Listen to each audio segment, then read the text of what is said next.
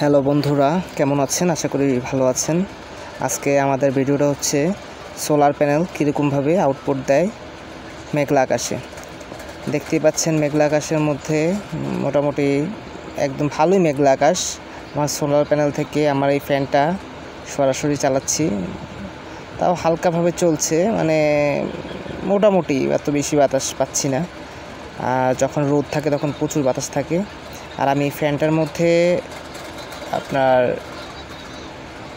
ব্যবহার করেছি বিদ্যুতিক তার। আমি আপনাকে বিদ্যুতিক তারটা দেখাবো। আর এই ফ্যানটা আমার নিজের হাতে বানানো।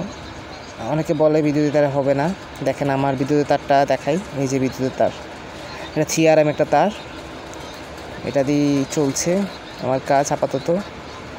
আর আমার একটা আছে BMS, এই BMS দিয়ে আমি ব্যাটারির ছোটো প্যাকটা বানিয়েছি রাতে চালানোর জন্য। অনেক সময় লোডশেডিং হলে আমি এটাতে চালাই, আর দিনের বেলা সরাসরি বাতাস খাই। আমি পরবর্তী ভিডিওতে দেখাবো কীভাবে আমি ফ্যানটা বানিয়েছি, এবং অনেকেই বলেছে যে ফ্যানটা দেখানোর জন্য। আমি আসলে ভিডিওটা সময়ের জন্য আমি আপলোড করতে পারছি না। এটা BMS, এটার দাম নিয়েছে মাত্র 80 টাকা।